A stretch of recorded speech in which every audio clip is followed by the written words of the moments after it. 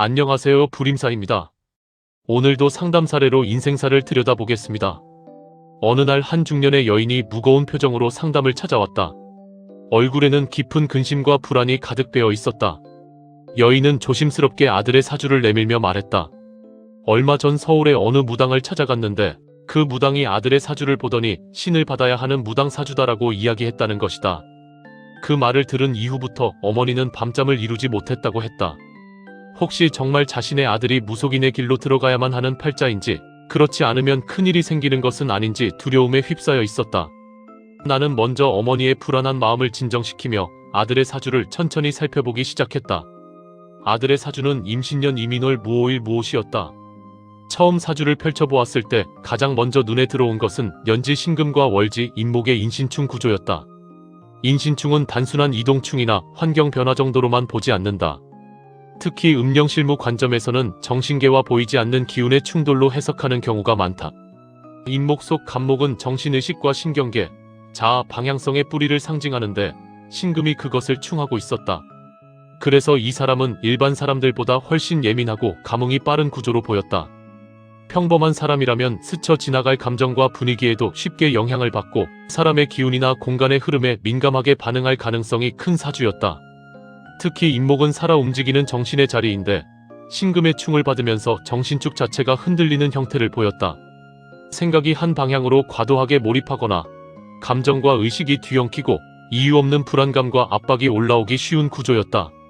임목은 불임사 음령술 관점에서 형제령과 귀문령, 미천도령의 흐름과도 연결되는데 이 사주에서는 그 작용이 더욱 강하게 드러났다. 친구 문제나 인간관계의 상처, 또래와의 충돌, 혼자만의 외로움과 방황 같은 흐름이 정신 깊숙한 곳에 자리 잡고 있을 가능성이 높았다. 년지 신금은 단절령과 배신령, 원망지 작용으로 해석되었다. 신금은 차갑고 절단적인 기운을 품고 있어 관계 단절과 냉한 감정을 상징하는 경우가 많다.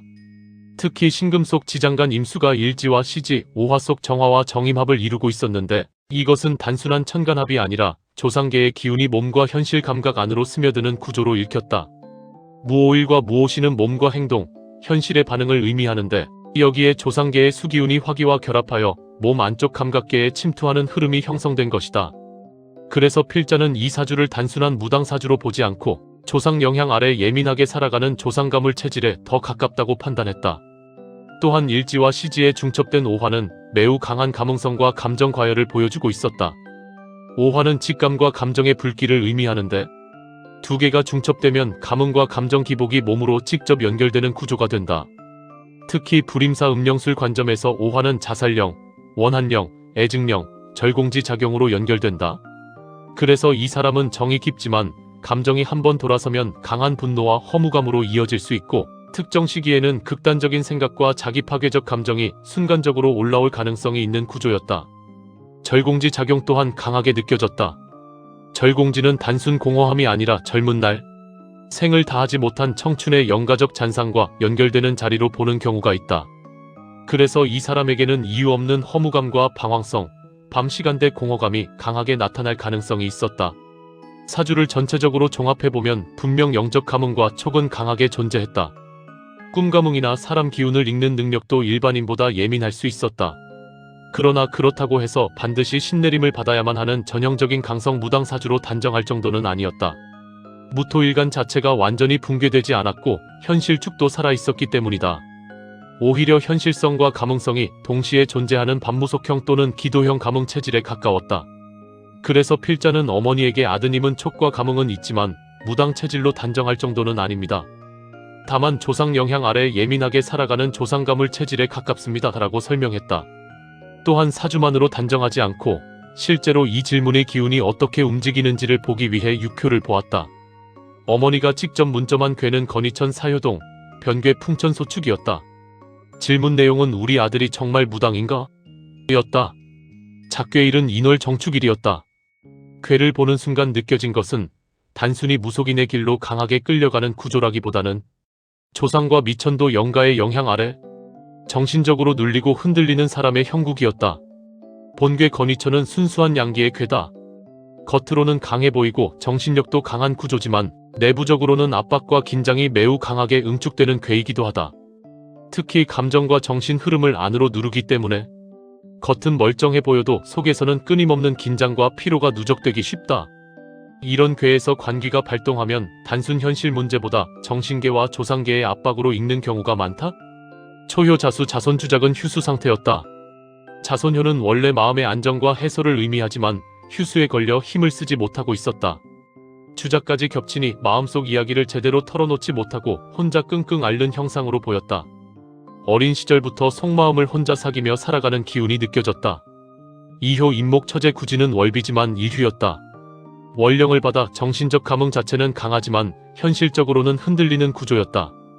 인목은 사주에서도 정신축 역할을 했는데 여기서도 형제령과 귀문령, 미천도령 흐름을 다시 드러내고 있었다. 구진이 붙어있으니 생각이 꼬이고 특정 감정과 기억에 오래 붙들리는 경향 또한 강하게 나타났다. 삼효, 응효, 진토, 부모 등사는 조상과 정신적 배경의 문제를 그대로 보여주고 있었다. 등사는 환영성과 정신적 혼선을 의미하기 때문에 단순 현실 문제보다 설명하기 어려운 음적 압박과 감흥이 개입된 형태로 읽혔다. 특히 진토는 조상계 기운을 저장하는 자리로 보는 경우가 많아 이 효는 집안에 누적된 조상 기운과 깊게 연결되어 있었다. 가장 중요한 것은 사효 오화관귀 백호 발동이었다. 오화관귀는 월생을 받아 살아있었고 백호를 타고 움직이고 있었다. 이것은 정신적 압박과 감정 과열, 극단적 사고가 실제로 몸과 정신에 영향을 미치고 있다는 의미였다. 하지만 이 관귀가 변효 미토 부모로 변하면서 오미합을 이루는 점이 결정적이었다. 즉 외부 잡귀의 시인 구조라기보다는 조상계와 연결된 기운이 몸 안으로 스며드는 형태로 읽혔다. 관귀가 부모효와 합한다는 것은 결국 조상과 미천도, 영가의 영향이 정신계와 몸의 감각계에 깊숙이 작용하고 있다는 의미로 해석되었다. 오효 신금 형제는 공망이면서 월파 상태였다. 현무까지 겹쳐 있어 매우 음적인 자리였다. 이 신금은 사주 원국의 년지 신금과 그대로 겹쳐지는 흐름이었다. 단절령과 배신령, 청춘영가의 흔적이 다시 나타난 것이다. 형제효가 신금으로 공망 월파를 맞으면 인간관계 단절감과 또래, 상처, 젊은 영가의 미정리 기운이 강하게 읽힌다. 특히 현무가 붙으면서 숨겨진 우울감과 음적사고, 깊은 공허감이 내면에 자리할 가능성이 매우 커 보였다. 상효, 세효, 술토, 부모, 청룡은 이 사람의 몸과 삶이 조상 기운 아래 놓여 있음을 보여주고 있었다. 무엇보다 월지 인목, 동효, 오화, 세효, 술토가 이노술 삼합을 이루고 있었다. 인목의 정신계, 오화의 가문과 관귀작용, 술토의 조상 저장 기운이 하나로 연결되면서 조상계와 가문 흐름이 강하게 결속된 형국이었다. 게다가 변괴 풍천소축은 작은 기운이 오랫동안 쌓여 사람을 누르는 구조를 의미했다. 단번에 신내림이 폭발하는 형태가 아니라 오랜 세월, 누적된 조상 영향과 미천도 영가의 흐름이 천천히 몸과 정신에 스며드는 형국이었다. 필자는 이 괴를 보고 어머니에게 조심스럽게 이야기했다. 아드님은 무당 체질이라기보다 조상가물 체질입니다. 조상의 영향을 많이 받고 살아가는 구조이며 미천도 영가와 청춘 영가의 흐름이 정신계와 감정계에 작용하고 있습니다. 그래서 우울감과 방황성이 나타날 수 있습니다. 실제로 어머니는 아들이 우울증 증세가 있고 집에 오래 있지 못하고 여기저기 떠돌며 방황하는 일이 많다고 털어놓았다. 그 이야기를 듣고 괴와 사주의 흐름이 그대로 현실로 나타나고 있음을 느꼈다. 상담을 마무리하며 나는 어머니에게 한 가지 조언을 전했다. 형편이 어렵더라도 가까운 절에 자주 가십시오. 그리고 아드님과 조상, 영가를 위한 축원을 꾸준히 올려드리십시오. 나는 이 사람의 구조를 단순히 외부 잡귀나 신병으로 보지 않았다. 오히려 조상계와 미정리된 음적 흐름이 후손의 정신계에 영향을 주는 형태로 보았다. 그래서 강한 무속의식이나 두려움을 조장하는 방향보다 절이라는 안정된 공간에서 마음을 정화하고 조상과 영가를 함께 축원하는 방향이 더 중요하다고 판단했다. 절은 과열된 화기를 가라앉히고 방황하는 정신을 안정시키는 역할을 한다. 반복된 기도와 축원은 무너진 정신의 방향을 다시 잡아주고 조상계와의 흐름 또한 부드럽게 풀어주는 역할을 할 수 있다. 중요한 것은 이 사람이 자신의 삶을 잃지 않고 현실을 살아가는 것이기 때문이다.